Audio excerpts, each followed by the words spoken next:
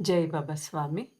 ಹಿಮಾಲಯದ ಸಮರ್ಪಣಾ ಯೋಗ ಭಾಗ 2, ಸಂಚಿಕೆ 3, ಪುಟ ಸಂಖ್ಯೆ 26. ಇವತ್ತಿನ ಗ್ರಂಥ ಪಠಣವನ್ನು ಗುರುವಂದನೆಯೊಂದಿಗೆ ಪ್ರಾರಂಭ ಮಾಡೋಣ. ಓಂ ಗುರುರ್ ಬ್ರಹ್ಮ ಗುರುರ್ ವಿಷ್ಣು ಗುರುರ್ದೇವೋ ಮಹೇಶ್ವರಃ ಗುರುರ್ ಸಾಕ್ಷಾತ್ ಪರಬ್ರಹ್ಮ ತಸ್ಮೈ ಶ್ರೀ ಗುರುವೇ ನಮಃ. ತಸ್ಮೈ ಶ್ರೀ ಗುರುವೇ ನಮಃ. ತಸ್ಮೈ ಶ್ರೀ ಗುರುವೇ ನಮಃ. ಎಂದಿನಂತೆ ನಾನು ಸ್ನಾನವನ್ನು ಮಾಡಿ ಸೂರ್ಯಾಸ್ತಮಾನವನ್ನು ನೋಡುತ್ತಾ ಪ್ರಾರ್ಥನೆ ಮಾಡಿದೆ. ಗುರುದೇವ, ಸೂರ್ಯನ ರೂಪದಲ್ಲಿರುವ ನಿಮಗೆ ವಂದಿಸುತ್ತೇನೆ. ಈಗ ನಾನು ನನ್ನ ಇಡೀ ಅಸ್ತಿತ್ವವನ್ನೇ ನಿಮಗೆ ಸಮರ್ಪಿಸಿದ್ದೇನೆ ಮತ್ತು ನನಗಾಗಿ ಯಾವ ಪ್ರಾರ್ಥನೆಯೂ ಇಲ್ಲ. ನನಗೆ ನನ್ನದೇ ಆದ ವೈಯಕ್ತಿಕ ಗುರುತೇ ಇಲ್ಲದಿದ್ದ ಮೇಲೆ ನಾನು ಹೇಗೆ ವ್ಯಕ್ತಿಗತವಾಗಿ ಪ್ರಾರ್ಥನೆ ಮಾಡಲಿ? ನಿಮ್ಮ ಲೀಲೆಯನ್ನು ತಿಳಿಯಲು ನಾನು ಅಸಮರ್ಥನಾಗಿದ್ದೇನೆ. ನೀವು ಹೇಗೆ ಬಯಸುವಿರೋ ಅದೇ ರೀತಿ ಆಗಲಿ. ನನ್ನ ಜೀವನದಲ್ಲಿ ಎಲ್ಲ ಸನ್ನಿವೇಶಗಳು ನಿಮ್ಮ ಇಚ್ಛೆಯಂತೆ ಆಗಲಿ ಎಂದು ನಾನು ಪ್ರಾರ್ಥಿಸುತ್ತೇನೆ. ಸೂರ್ಯಾಸ್ತಮಾನವನ್ನು ನೋಡುತ್ತಾ ನನ್ನ ಪ್ರಾರ್ಥನೆಗಳನ್ನು ಮುಗಿಸಿದೆ. ಈ ದಿನ ಆಕಾಶವು ವಿಶೇಷವಾದ ಕೆಂಪು ಬಣ್ಣವಾಗಿರುವಂತೆ ಕಾಣಿಸಿತು. ಇಡೀ ಆಕಾಶವು ಬಂಗಾರ ಮತ್ತು ಕಡು ಕೆಂಪು ಬಣ್ಣಕ್ಕೆ ತಿರುಗಿ ಬ್ರಹ್ಮಪುತ್ರ ನದಿ ಸಂಪೂರ್ಣವಾಗಿ ಪ್ರಕಾಶದಿಂದ ತುಂಬಿ ಹೋಗಿತ್ತು. ಇಂದು ಎಷ್ಟು ಪ್ರಕಾಶಮಾನವಾಗಿತ್ತೆಂದರೆ ಜ್ವಾಲಾಮುಖಿಯಿಂದ ಕೆಂಪು ಲಾವ ಹರಿಯುತ್ತಿದ್ದಂತೆ ಅನಿಸುತ್ತಿತ್ತು. ಹಕ್ಕಿಗಳು ಒಂದು ರೀತಿಯ ಬಾಣದ ರೂಪದಲ್ಲಿ ತಿರುಗಿ ಬರುತ್ತಿದ್ದವು. ಮುಂಭಾಗದಲ್ಲಿ ಒಂದು ಹಕ್ಕಿ, ಅದರ ಹಿಂದೆ 2 ಸಾಲುಗಳಾಗಿ ಗೂಡುಗಳಿಗೆ ಹಿಂತಿರುಗುತ್ತಿದ್ದವು.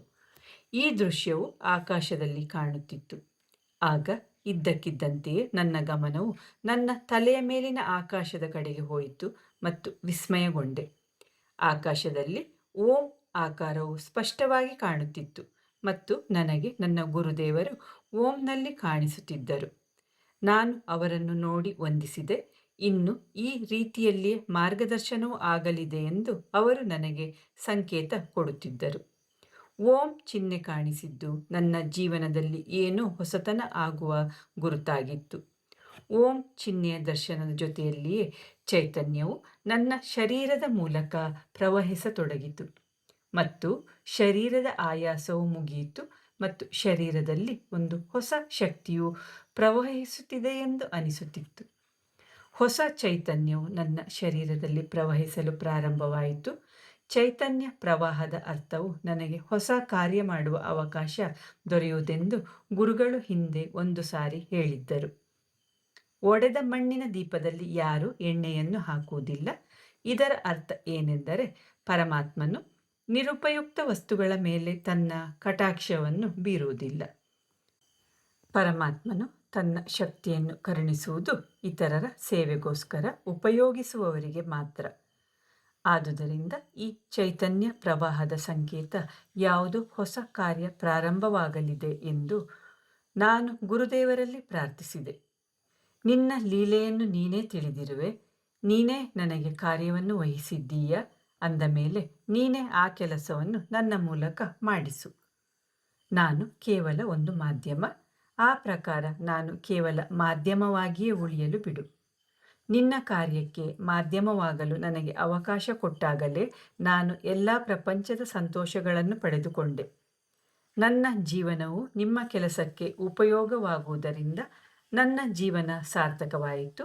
ನಾನು ನನ್ನ ಮುಖವನ್ನು ಪೂರ್ವ ದಿಕ್ಕಿನ ಕಡೆ ತಿರುಗಿಸಿ ನನ್ನ ಆಧ್ಯಾತ್ಮಿಕ ಅಭ್ಯಾಸದಲ್ಲಿ ತಲ್ಲೀನನಾದೆ. ನಾನು ಮರುದಿನ ಬೆಳಗಿನವರೆಗೂ ಅದೇ ಸ್ಥಿತಿಯಲ್ಲಿ ಇದ್ದೆ. ಎಂದಿನಂತೆ ಸೂರ್ಯೋದಯವಾದಾಗ ನಾನು ಧ್ಯಾನದಿಂದ ಹೊರಗಡೆ ಬಂದೆ. ಸೂರ್ಯದೇವನನ್ನು ನನ್ನ ಗುರುಗಳೆಂದು ಒಪ್ಪಿಕೊಂಡು ಗೌರವಯುತವಾಗಿ ವಂದಿಸಿದೆ. ಎಂದಿನಂತೆ ಸ್ನಾನ ಮಾಡಿ ನದಿಯಿಂದ ಹೊರಬರಲು ತಿರುಗಿದೆ. ತಕ್ಷಣವೇ ದಿಗ್ಭ್ರಾಂತನಾದೆ.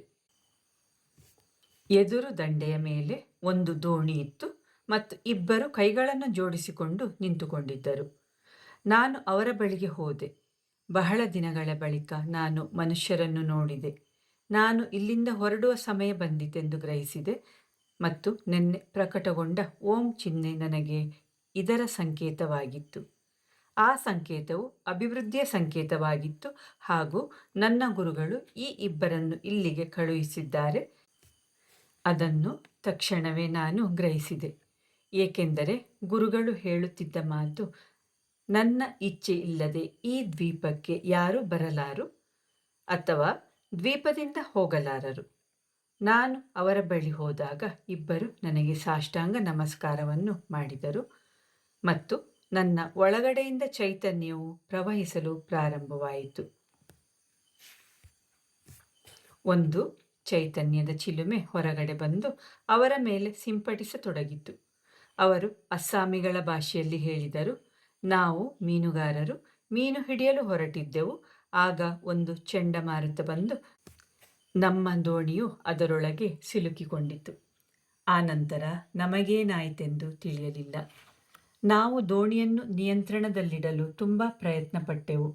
ಆನಂತರ ಜ್ಞಾನ ತಪ್ಪಿ ದೋಣಿಯಲ್ಲಿಯೇ ಬಿದ್ದೆವು. ನಿನ್ನೆ ಸಂಜೆ ನಮಗೆ ಜ್ಞಾನ ಬಂದಾಗ ನಮ್ಮ ದೋಣಿ ಈ ದ್ವೀಪಕ್ಕೆ ಬಂದು ನಿಂತಿರುವುದು ನಮಗೆ ತಿಳಿಯಿತು. ಸಾಯಂಕಾಲವಾಯಿತು. ನೀವು ನದಿಯಲ್ಲಿ ನಿಂತು ಧ್ಯಾನ ಮಾಡುತ್ತಿರುವುದನ್ನು ನೋಡಿದೆವು. ನಾವು ನಿಮ್ಮನ್ನು ನೋಡಿದಾಗ ನಮ್ಮೆದುರಿಗೆ ನಮ್ಮ ದೇವರೇ ನಿಂತಿರುವರೆಂದು ಅನಿಸಿತು ಮತ್ತು ನಿಮ್ಮ ದರ್ಶನದಿಂದ ನಮ್ಮ ಭಯ ಮತ್ತು ಅನಿಶ್ಚಿತೆಯು ಕೊನೆಗೊಂಡಿತು. ಆಗಿನಿಂದ ನಾವು ಇಡೀ ರಾತ್ರಿ ನಿಮ್ಮನ್ನೇ ಧ್ಯಾನಿಸುತ್ತಿದ್ದೆವು. ಆದರೆ ನೀವು ಕೆಲವು ಸಾರಿ ಕಾಣುತ್ತಿದ್ದಿರಿ ಮತ್ತು ಕೆಲವು ಸಾರಿ ಕಾಣುತ್ತಿರಲಿಲ್ಲ. ಆಗಾಗ್ಗೆ ನಿಮ್ಮ ಸುತ್ತಮುತ್ತಲೂ ಚಂದ್ರನ ಬೆಳದಿಂಗಳಿನಂತೆ ಅಪಾರವಾದ ಬೆಳಕು ಹೊರಡುತ್ತಿತ್ತು. ಆದ್ದರಿಂದ ನಮಗೆ ನಿಮ್ಮ ಕಡೆ ನೋಡುವಷ್ಟು ಧೈರ್ಯವನ್ನು ಮಾಡಲಾಗುತ್ತಿರಲಿಲ್ಲ. ನಮ್ಮ ಕಣ್ಣುಗಳು ಮುಚ್ಚಿಕೊಳ್ಳುತ್ತಿದ್ದವು ಮತ್ತು ನಮಗೆ ಪರಮಾತ್ಮನ ದರ್ಶನವಾಯಿತೆಂದು ಭಾವಿಸಿದೆವು. ನಾವು 3 ದಿನದಿಂದ ಹಸಿವೆ ಬಾಯಾರಿಕೆಗಳಿಂದ ಇದ್ದೆವು. ಆದರೆ ನಿಮ್ಮನ್ನು ನೋಡಿದ ತಕ್ಷಣ ನಮ್ಮ ಹಸಿವು ನೀರಡಿಕೆ ಮಾಯವಾಯಿತು. ಪ್ರಭು, ನಿಮ್ಮ ದರ್ಶನದಿಂದ ನಾವು ಕೃತಾರ್ಥರಾದೆವು. ಅವರಲ್ಲಿ ಒಬ್ಬ ವ್ಯಕ್ತಿಯು ಮುದುಕರಾಗಿದ್ದರು. ಸುಮಾರು 60 ವರ್ಷವಿರಬಹುದು. ಅವನ ಮುಖ ಮತ್ತು ದೇಹದ ಮೇಲಿನ ಸುಕ್ಕುಗಳು ಇದನ್ನು ತಿಳಿಸುತ್ತಿತ್ತು. ಎರಡನೇ ವ್ಯಕ್ತಿಯು ಯುವಕನಾಗಿದ್ದನು. ವಯಸ್ಸು ಸುಮಾರು 30ರಿಂದ 35 ವರ್ಷವಾಗಿರಬಹುದು. ಆಮೇಲೆ ಅವರು ತಂದೆ ಮತ್ತು ಮಗನೆಂದು ತಿಳಿಸಿದರು. ನಾನು ಅವರ ಹತ್ತಿರ ಹೋಗಿ ಅವರ ಭ್ರಮೆಯನ್ನು ದೂರ ಮಾಡಲು ಪ್ರಯತ್ನಿಸಿದೆ ಮತ್ತು ಹೇಳಿದೆ, ನಾನು ಪರಮಾತ್ಮನಲ್ಲ, ನಾನು ಕೂಡ ನಿಮ್ಮಂತೆ ಒಬ್ಬ ಸಾಮಾನ್ಯ ಮನುಷ್ಯನಾಗಿದ್ದೇನೆ. ನೀವು ಚಂಡಮಾರುತದ ಕಾರಣವಾಗಿ ಹೇಗೆ ಇಲ್ಲಿಗೆ ಬಂದಿರುವಿರೋ, ನಾನು ಕೂಡ ಒಂದು ದಿನ ಇಲ್ಲಿಗೆ ತೇಲಿಕೊಂಡು ಬಂದಿದ್ದೇನೆ. ಇಲ್ಲಿಯೇ ನನ್ನ ಗುರುದೇವರ ಕುಟೀರವಿದೆ ಮತ್ತು ನಾನು ಕೂಡ ಅವರೊಂದಿಗೆ ಇರುತ್ತಿದ್ದೆ. ಕೆಲವು ದಿನಗಳ ಹಿಂದೆ ಅವರು ಸ್ವರ್ಗಸ್ಥರಾದರು. ನಾನು ವಾತಾವರಣವನ್ನು ಸ್ವಲ್ಪ ಹಗುರ ಮಾಡಲು ಪ್ರಯತ್ನಿಸಿದೆ. ಆ ವೃದ್ಧನು ಕೈ ತೋರಿಸುತ್ತಾ ಹೇಳಿದ, ಪ್ರಭುಗಳೇ, ಪರಮಾತ್ಮನು ಜಗತ್ತಿನಲ್ಲಿರುವ ಪ್ರತಿಯೊಂದು ಕಣದಲ್ಲೂ ಹರಡಿದ್ದಾನೆ. ನಿಮಗೆ ಎಲ್ಲಿ ಅನುಭವವಾಗುವುದು ಅದು ಮುಖ್ಯವಾಗಿರುತ್ತದೆ. ನಮಗೆ ನಿಮ್ಮಲ್ಲಿ ಅನುಭವವಾಗಿದೆ. ನಮಗೆ ನೀವೇ ಪರಮಾತ್ಮರು. ನಿಮ್ಮ ಕೃಪೆಯಿಂದಲೇ ನಮ್ಮ ಪ್ರಾಣಗಳು ಉಳಿದಿವೆ.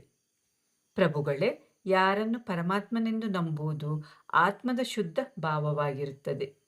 ಆತ್ಮವು ಯಾರನ್ನು ಒಪ್ಪಿಕೊಳ್ಳುವುದೋ ಅವರೇ ಪರಮಾತ್ಮ. ನಮಗೆ ನಿಮ್ಮ ದರ್ಶನವನ್ನು ಮಾಡಿ ಪರಮಾತ್ಮನನ್ನು ಪಡೆದುಕೊಂಡಿದ್ದೇವೆ ಎಂಬ ಅನುಭವವಾಯಿತು. ನಾನು ಮತ್ತೊಮ್ಮೆ ಅವರಿಗೆ ನಿಜ ಏನೆಂದು ಅರ್ಥ ಮಾಡಿಸಲು ಪ್ರಯತ್ನಿಸಿದೆ, ಆದರೆ ಅದು ವ್ಯರ್ಥವಾಯಿತು. ಅವರು ರಾತ್ರಿಯಲ್ಲಿ ನನ್ನ 4 ಕಡೆಯಲ್ಲಿಯೂ ಹೊಳೆಯುತ್ತಿದ್ದ ಪ್ರಭಾವಲಯವನ್ನು ನೋಡಿದ್ದರು. ಆದ್ದರಿಂದ ಅವರಿಗೆ ನಾನೇ ಪರಮಾತ್ಮನೆಂದು ವಿಶ್ವಾಸವಾಗಿ ಹೋಗಿತ್ತು. ಆದ್ದರಿಂದ ಅವರು ನೋಡಿರುವುದನ್ನು ಪರಮಾತ್ಮನಲ್ಲವೆಂದು ಒಪ್ಪಿಕೊಳ್ಳಲು ಅವರು ಸಿದ್ಧರಿರಲಿಲ್ಲ. ಅವರು ಹೊಳೆಯುವ ಪ್ರಭಾವಲಯವನ್ನು ಒಂದು ಪವಾಡವೆಂದು ತಿಳಿದಿದ್ದರು. ವಾಸ್ತವಿಕವಾಗಿ ಯಾರೂ ಪವಾಡಗಳನ್ನು ಮಾಡಲಾಗುವುದಿಲ್ಲ. ಅವು ಪರಮಾತ್ಮನ ಕೃಪೆಯಿಂದ ಸಂಭವಿಸುವವು. ಮಾನವನ ಸಂಪೂರ್ಣ ಸಮರ್ಪಣೆ ಮತ್ತು ಪರಮಾತ್ಮನ ಕೃಪೆ ಎರಡೂ ಒಂದಾದಾಗ ಮಾತ್ರ ಪವಾಡಗಳು ಸಾಧ್ಯವಾಗುತ್ತವೆ. ನಾನು ಆ ತಂದೆ ಮಕ್ಕಳಿಬ್ಬರನ್ನು ಮೊದಲು ಒಂದು ಗುಂಡಿಯ ಹತ್ತಿರ ಕರೆದುಕೊಂಡು ಹೋದೆ. ಈ ಗುಂಡಿಯು ನನಗೆ ವಿಶೇಷವಾಗಿ ಮಳೆಗಾಲದ ದಿನಗಳಲ್ಲಿ ಮಾಡಬೇಕಾಗುತ್ತಿತ್ತು. ಆಗ ಮಳೆಯಿಂದ ನದಿಯ ನೀರು ಬಗ್ಗಡವಾಗುವುದು. ಆಗ ನಾನು ಮರಳಿನಲ್ಲಿ ಒಂದು ಗುಂಡಿ ತೋಡಿದೆ. ಮರಳಿನಲ್ಲಿ ಶೋಧನೆಗೊಂಡು ಶುದ್ಧವಾದ ನೀರು ಆ ಗುಂಡಿಯಲ್ಲಿ ಶೇಖರವಾಗುತ್ತಿತ್ತು. ಇದು ನನ್ನ ಶುದ್ಧ ನೀರಿನ ಮೂಲವಾಗಿತ್ತು. ಮೊದಲು ಅವರನ್ನು ಆ ಗುಂಡಿಯ ಹತ್ತಿರ ಕರೆದುಕೊಂಡು ಹೋಗಿ ಇಬ್ಬರಿಗೂ ನೀರು ಕುಡಿಸಿದೆ. ಸ್ವಲ್ಪ ಹೊತ್ತು ಅಲ್ಲಿಯೇ ಕುಳಿತಿದ್ದೆವು. ಸ್ವಲ್ಪ ವಿಶ್ರಾಂತಿಯನ್ನು ತೆಗೆದುಕೊಂಡೆವು. ಅಷ್ಟು ಹೊತ್ತಿಗೆ ನಾನು ಸ್ವಲ್ಪ ಬಾಳೆಹಣ್ಣುಗಳನ್ನು ಕಿತ್ತುಕೊಂಡು ಬಂದು ಅವರಿಗೆ ಕೊಟ್ಟೆ. ಅವರು ಅದನ್ನು ತಿಂದರು. ಆನಂತರ ಅವರನ್ನು ಕರೆದುಕೊಂಡು ನನ್ನ ಗುಡಿಸಲಿಗೆ ಬಂದೆ. ಆ ಗುಡಿಸಲನ್ನು ನೋಡಿ ಅವರು ತುಂಬ ಸಂತೋಷಪಟ್ಟರು. ಕಾರಣವೇನೆಂದರೆ ಅಲ್ಲಿಯ ಸುತ್ತಮುತ್ತಲಿನ ವಾತಾವರಣ ಉಲ್ಲಾಸದಾಯಕವಾಗಿತ್ತು. ರಾತ್ರಿಯಲ್ಲಿ ನಾನು ಅವರಿಗೆ ಲಾಹಿ ಮತ್ತು ಇತರೆ ಸೊಪ್ಪುಗಳ ಭೋಜನವನ್ನು ತಯಾರು ಮಾಡಿಕೊಟ್ಟೆ ಮತ್ತು ರಾತ್ರಿ ಅವರು ಗುಡಿಸಲಿನ ಹೊರಗಡೆಯೇ ನಿದ್ದೆ ಮಾಡಿದ್ದರು. ಅವರು ಮರುದಿನ ಬೆಳಗ್ಗೆ ಎದ್ದಾಗ ಸ್ವಲ್ಪ ಸುಧಾರಿಸಿದವರಂತೆ ಕಂಡರು. ಅವರು ಹೇಳಿದರು, ಇಷ್ಟೊಂದು ನಿರ್ಜನವಾದ ಪ್ರದೇಶದಲ್ಲಿ ಯಾರಾದರೂ ಇರಬಹುದೆಂಬ ಕಲ್ಪನೆಯನ್ನು ಯಾರು ಮಾಡಲಾರರು. ಎಷ್ಟೊಂದು ದಟ್ಟವಾದ ಕಾಡು. ಅವರು ಕುತೂಹಲದಿಂದ ಕೇಳಿದರು, ನೀವು ಇಷ್ಟೊಂದು ದಟ್ಟವಾದ ಅರಣ್ಯದಲ್ಲಿ ಒಬ್ಬರೇ ಹೇಗೆ ವಾಸವಾಗಿದ್ದೀರಿ? ನಾನು ಹೇಳಿದೆ, ನಾನು ಸ್ವಲ್ಪ ದಿನಗಳಿಂದ ಮಾತ್ರ ಒಬ್ಬನೇ ಇದ್ದೀನಿ. ಮೊದಲು ನನ್ನೊಂದಿಗೆ ನನ್ನ ಗುರುಗಳಿದ್ದರು. ಆಗ ನನ್ನೊಡನೆ ಇಡೀ ವಿಶ್ವವೇ ಇದೆ ಎಂದು ಅನಿಸುತ್ತಿತ್ತು. ಅವರು ನನಗೆ ಜ್ಞಾನವನ್ನು ಕೊಟ್ಟು ಹೇಳಿದ್ದರು, ಈ ಪ್ರದೇಶವನ್ನು ಬಿಡಲು ಪ್ರಯತ್ನಿಸಬೇಡ. ನಿನ್ನ ಧ್ಯಾನ ಸಾಧನೆಯು ಪೂರ್ಣಗೊಂಡಾಗ ಆಗ ನೀನು ಇಲ್ಲಿಂದ ಹೊರಡುವ ವ್ಯವಸ್ಥೆಗಳು ಕೂಡ ಆಗುವವು. ನನ್ನ ಗುರುದೇವರೇ ನಿಮ್ಮನ್ನು ಕಳುಹಿಸಿ ನಾನು ಇಲ್ಲಿಂದ ಹೊರಡುವ ವ್ಯವಸ್ಥೆಯನ್ನು ಮಾಡಿದ್ದಾರೆ. ಇಲ್ಲಿ ಎಲ್ಲಿ ನೋಡಿದರೂ ಭೂಮಿಯು ಕಾಣುವುದೇ ಇಲ್ಲ. ಅಷ್ಟೊಂದು ನೀರು ಇದೆ. ಆಗ ನೀರಿನ ಹರಿವು ಬಹಳ ವೇಗವಾಗಿತ್ತು. ಆದುದರಿಂದ ನಾವು ಅಲ್ಲಿಯೇ ಇನ್ನು ಕೆಲವು ದಿನಗಳು ಇದ್ದು ಹೊರಡುವ ಯೋಚನೆ ಮಾಡಿದೆವು. ಆ ಯುವಕನು ಹೇಳಿದನು, ನಾವಂತೂ ಧೈರ್ಯವನ್ನು ಕಳೆದುಕೊಂಡಿದ್ದೆವು.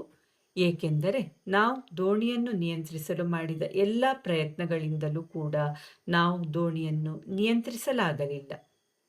ನಾವಿಬ್ಬರು ಸುಸ್ತಾಗಿ ನಾವು ದೋಣಿಯನ್ನು ನಿಯಂತ್ರಿಸುವ ಪ್ರಯತ್ನಗಳನ್ನೆಲ್ಲ ಬಿಟ್ಟು ಬಿಟ್ಟು ಪರಮಾತ್ಮನಲ್ಲಿ ಪ್ರಾರ್ಥನೆ ಮಾಡಿಕೊಂಡೆವು. ಈಗ ನಮ್ಮ ಪ್ರಯತ್ನಗಳೆಲ್ಲವೂ ಮುಗಿದು ಹೋಗಿವೆ. ಪರಮಾತ್ಮ, ನೀನೇ ಗತಿ. ಈಗ ನೀನೇ ನಮ್ಮನ್ನು ಉಳಿಸಬಹುದು. ಈಗ ನಾವು ನಮ್ಮನ್ನು ನಿನ್ನದೇ ವಶಕ್ಕೆ ಕೊಡುತ್ತೇವೆ ಎಂದು ಪುನಃ ಪುನಃ ಪ್ರಾರ್ಥಿಸಿಕೊಂಡೆವು. ನೀರಿನ ವೇಗ ಎಷ್ಟಿತ್ತೆಂದರೆ ಒಂದು ವೇಳೆ ಆನೆಯು ಬಿದ್ದಿದ್ದರೂ ಸಹ ಅದನ್ನು ಉಳಿಸಲಾಗುತ್ತಿರಲಿಲ್ಲ ಮತ್ತು ಅದು ಕೂಡ ಮುಳುಗಿ ಹೋಗುತ್ತಿತ್ತು. ನಂತರ ನಾವು ಕಣ್ಣುಗಳನ್ನು ಬಿಟ್ಟಾಗ ನಾವು ಒಂದು ನಿರ್ಜನ ದ್ವೀಪದಲ್ಲಿದ್ದೆವು. ಆ ಯುವಕನ ತಂದೆಯು ಹೇಳಿದನು, ನಾವು ಈ ದ್ವೀಪಕ್ಕೆ ಬಂದಿರುವುದು ನಮಗೆ ತುಂಬ ಒಳ್ಳೆಯದೇ ಆಯಿತೆಂದು ಅನ್ನಿಸಿದೆ ಮತ್ತು ಇಲ್ಲಿಗೆ ಬಂದಿರುವುದು ಸ್ವರ್ಗಕ್ಕೆ ಬಂದಂತಾಗಿದೆ. ನಾನು ಸ್ವತಃ ಪ್ರಭು ಈಶ್ವರನ ಭಕ್ತ. ನೀವು ನೀರಿನಲ್ಲಿ ಧ್ಯಾನ ಮಾಡುತ್ತಿರುವಾಗ ನಿಮ್ಮ ಸುತ್ತಲೂ ಇದ್ದ ಚೈತನ್ಯವನ್ನು ನೋಡಿದಾಗ ನನಗಂತೂ ನಿಮ್ಮಲ್ಲಿ ಆ ಪರಮೇಶ್ವರನ ದರ್ಶನವಾಯಿತು. ಆ ದೃಶ್ಯವು ಈಗಲೂ ನನ್ನ ಕಣ್ಣುಗಳ ಎದುರಿನಿಂದ ಹೋಗುತ್ತಿಲ್ಲ. ನಿಮ್ಮ ಸುತ್ತಲೂ ಹೊಳೆಯುವ ಚಂದ್ರನ ಪ್ರಕಾಶವಿತ್ತು ಮತ್ತು ಇನ್ನೊಂದು ಕಡೆ ಅದೇ ತರಂಗದಲ್ಲಿದ್ದ ಉಜ್ವಲ ಪ್ರಕಾಶವು ನಿಮ್ಮ ಹೊಳಪಿನಿಂದ 3-4 ಅಡಿಗಳ ದೂರದಲ್ಲಿತ್ತು. ಹೀಗೆ ಅಲ್ಲಿ ಗಾಢವಾದ ಪ್ರಕಾಶವು ನಿಮ್ಮ ಹೊಳಪಿನ ಸುತ್ತಲೂ ಇತ್ತು. ಆ ಪ್ರಕಾಶವು ಕಾಲಕಾಲಕ್ಕೆ ಜಾಸ್ತಿ ಮತ್ತು ಕಡಿಮೆಯಾಗುತ್ತಿತ್ತು. ನಾನು ಆ ದೃಶ್ಯವನ್ನು ನೋಡುತ್ತಲೇ ಇದ್ದೆ. ಅದು ಇಡೀ ರಾತ್ರಿ ಕಾಣುತ್ತಿತ್ತು ಮತ್ತು ಆಗಾಗ್ಗೆ ನೀವು ಕಾಣುತ್ತಿದ್ದಿರಿ. ಆದರೆ ಹೆಚ್ಚಿನ ಸಮಯ ಎಲ್ಲೆಲ್ಲೂ ಪ್ರಕಾಶವೊಂದೇ ಕಾಣುತ್ತಿತ್ತು. ಅದು ಚಂದ್ರನಂತೆ ಕಾಣುತ್ತಿತ್ತು. ಚಂದ್ರನು ಈಶ್ವರನ ಮುಡಿಯಲ್ಲಿ ವಾಸಿಸುತ್ತಾನೆಂದು ನಾನು ಹಿಂದೆ ಕೇಳಿದ್ದೆ ಮತ್ತು ಅದೇ ಚಂದ್ರನಂತಿದ್ದ ಹೊಳೆಯುವ ಬೆಳಕು ನಿಮ್ಮ ಮೇಲೆ ಇರುತ್ತಿತ್ತು. ಆದುದರಿಂದ ನನಗೆ ಈಶ್ವರನ ದರ್ಶನವು ನಿಮ್ಮಲ್ಲಿ ಆಯಿತು. ನಾನು ಈ ರಾತ್ರಿಯನ್ನು ನನ್ನ ಜೀವನ ಪೂರ್ತಿ ಮರೆಯಲಾರೆ. ಆ ಹೊಳೆಯುವ ಬೆಳಕಿನಲ್ಲಿ ಎಷ್ಟು ಆಕರ್ಷಣೆ ಇತ್ತೆಂದರೆ ಅದನ್ನು ನೋಡಿದವರು ನೋಡುತ್ತಲೇ ಇದ್ದು ಬಿಡುತ್ತಾರೆ. ಜೈ ಬಾಬಾ ಸ್ವಾಮಿ. ಇವತ್ತಿನ ಗ್ರಂಥ ಪಠಣವನ್ನು ಮುಕ್ತಾಯಗೊಳಿಸುತ್ತಿದ್ದೇನೆ. ಶಾಂತಿ ಪಾಠ.